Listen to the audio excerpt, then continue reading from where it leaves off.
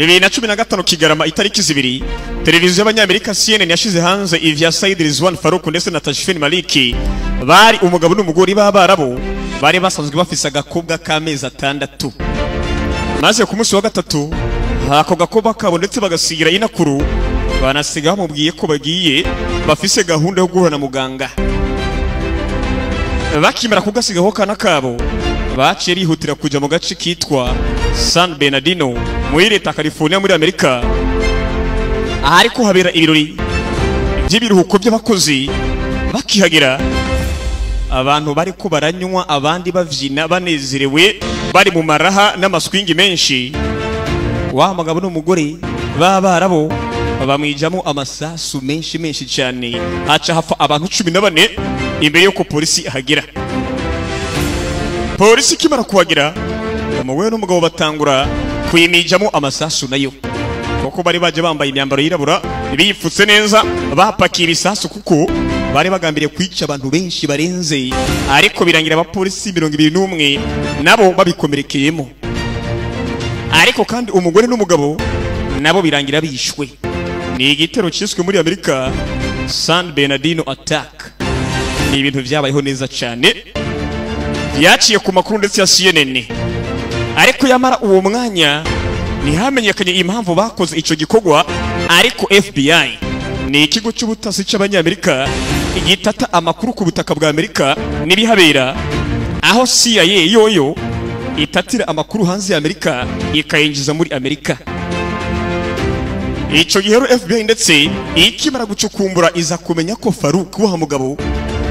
yari yarihaye umukuru w'akagwi k'ivyihebe bita ICC yitwa Abubakar al-Baghdadi biciye kuri Facebook. Ariko twibaze kuki FBI yaciye ndetse kuri Facebook kugira ngo imenye ayo makuru yose. Muri uwo mwaka nyene ibyo byabayemwo leta Amerika yaciye isaba uruganda Apple n'uruganda ndetse rukora amatelefone iPhone n'ibindi byinshi basaba ko bohabwa uburenganzira kugira ngo binjire muri iPhone 5 iya Farouk ni telefone y'umbuko bwa iPhone 5. Farouk ikihebe cyari kimaze kwica abantu kigambire kwica abantu benshi kico naco nyuma leta Amerika yasabye Apple yuko yubaha uburenganzira ngo binjire muri iPhone 5 ya Farouk nkuko yama irigenza mu kwinjira mu matelefone y'abantu muri gahunda yo gutata amakuru ariko umuyobozi afata imyanzuro muri Apple yitwa Tim Cook arabankira bica igikuba ndetse muri Amerika ngo Apple yanse kwemera leta ya Amerika kwinjira muri telefone y'icihebe nkuko byama bigenda mu zindi nganda zikora amatelefone mu guhereza uburenganzira Amerika n'amasezerano ahari mu kwinjira mu matelefone y'abantu bakatatira amakuru mu buryo mutazi. Kuri televiziyo yitwa ndetse NCB News ya Amerika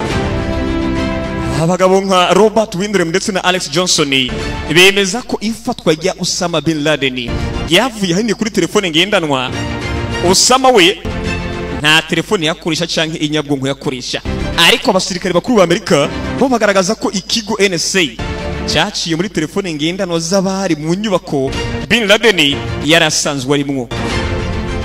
Bahasanze amatelefone deskedire 10 n'imashini 5. Aba basirikare bavuga ko NSA yakomeje gukurikirana ibiganiro byose byakogwa n'abanyamuryango baho bin Laden yaramaze igihe yinyegeje baramurundi baramubuze. Osama bin Laden wumvise tuvuga kuri NSA burya ni ikigo cy'abanyamerika cy'ubutasi ikigo cy'ubutasi kijejwe kumviriza buri telefone yose ihamagara iyindi cyashinzwe nyuma y'intambara y'isi ya kabiri cyemezwa na perezida wa Amerika yitwa Harih S. Truman 2013. Shakashatsi bwerekana ko cyakoreje amafaranga asaga imiliyaridi 10 z'amadolari y'Amerika muri izo gahunda zo gutata amareta n'ibindi bihugu ndetse n'abantu basanzwe bagatatwa biciye mu matelefone yabo ngendanwa. Buri telefone yose ndetse ihamagara ico kigo NSA kirekurikirana ku isi kandi muri buri rurimi bose haba ni Kirundi kirimwo haba hari abakozi ndetse bazi ni Kirundi babarahawe akazi kugira nihagire akabacika na kamwe. Indimi zose uzi zibaho ku isi haba hariho abakozi ndetse bahe akazi bazi izo ndimi ku buryo babikurikirana. Komwe uhamagara shiri wawe mushwana canke mubwiyana zanda gukunda biba biri gukurikiranwa ijambo kurindi inyuguti kuyindi kugira ugize akantu gato gusa uvuga nabi kagambiriye kugira nabi Amerika ubona baguhinguka ko nkuko byagenze kuri Bin Laden. Ico kigo na Perezida Obama yarinze arangiza manda ziwe atavyinshi akizi ko kandi ari umukuru w'igihugu ca Amerika nyene. Abenshi kandi muri Amerika ubwaho haba n'abategetsi bakuru barakurikiranwa n'ico kigo kikumviriza amatelefone yabo kandi buri munsi ibiganiro bakorera ku matelefone yabo ngendanwa bikumvirizwa. Umugabo yitwa James Ball w'ikinyamakuru The Guardian yanditse muri 2013 ukuntu NSA cya kigo gitata amakuru biciye ku matelefone ngendanwa yose yo ku isi, ukuntu NSA ya Amerika yagiye yumviriza mu buryo butemewe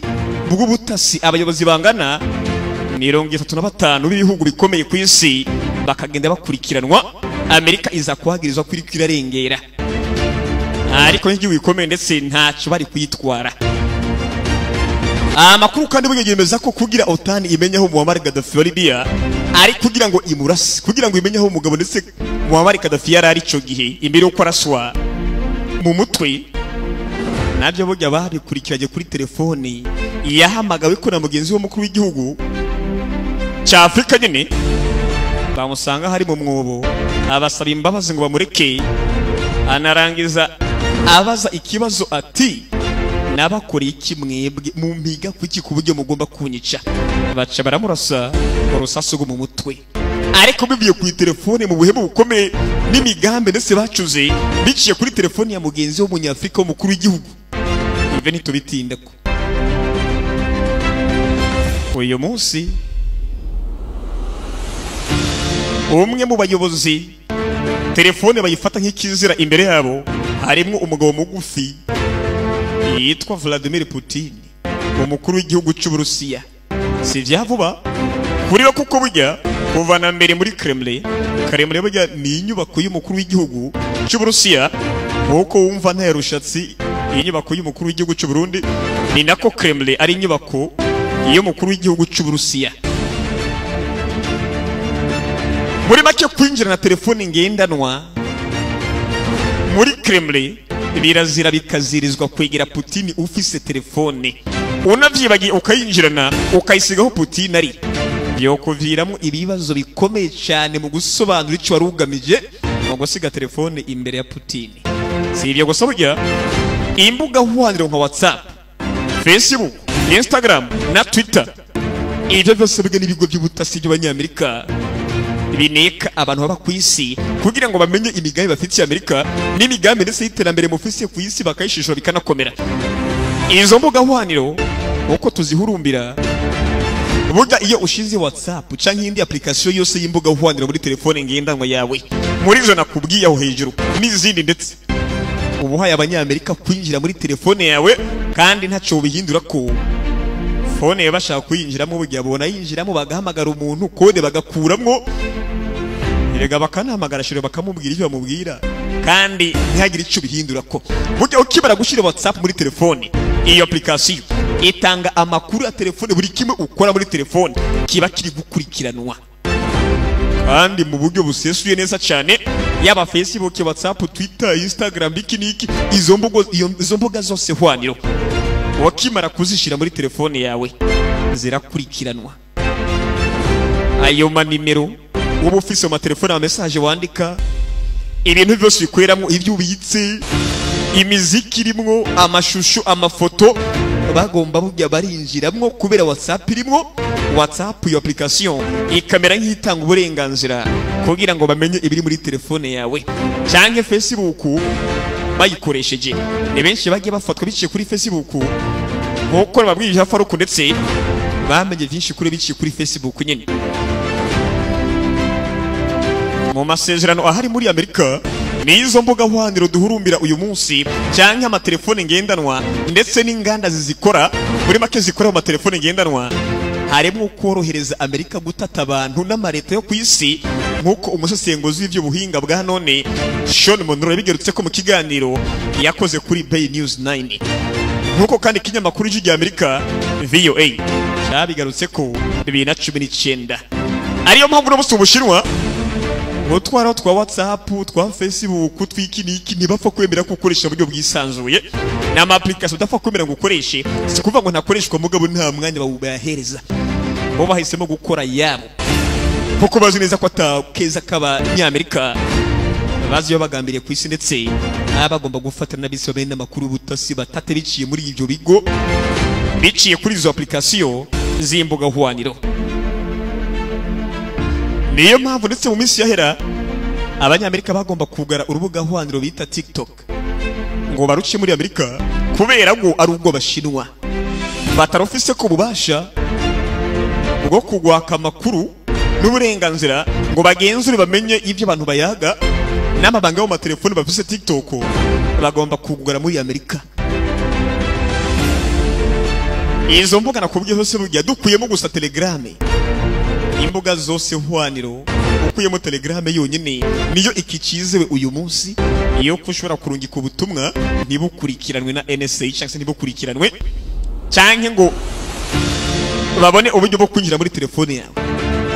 Soko bidakunda ahubwo barabimye uburenganzira bwo kubikora ariko nayo burya Telegram ntawe uzi ko izokomeza kwihagarara ko. TikTok y'Abashinwa mu kwishura umuyobozi mukuru ndetse yababwiye umuyobozi mukuru wa TikTok yababwiye ati nkuko imbuga zanyu mw'Abanyamerika zikora mu gutata amakuru mu kwinjira mu matelefone y'abantu niko na TikTok y'ubwe yubatse.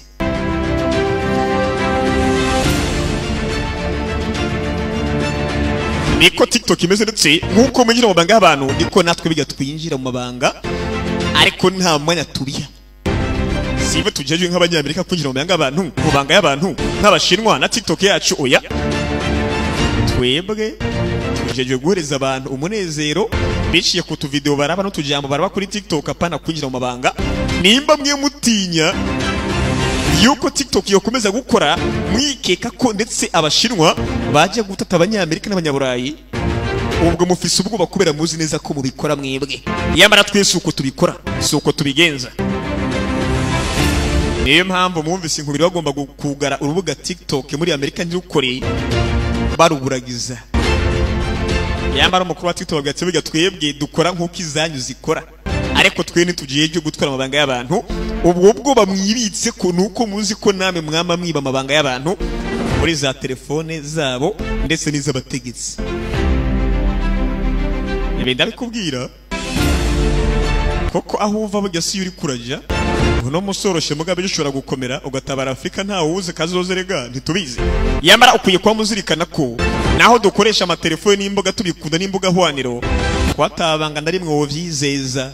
oya muri izo mbuga cyangwa amatelefone tugendana nta banga na rimwe ushobora kuzizeza ko amatelefone arakurikirana na NSA bakayakurikirana izo mbuga hwaniro nazo zikanakurikiranwa. Ubundi nkubazi wibaza ko iyo kamera yawe iri imbere kuri telefone apana yo inyuma oya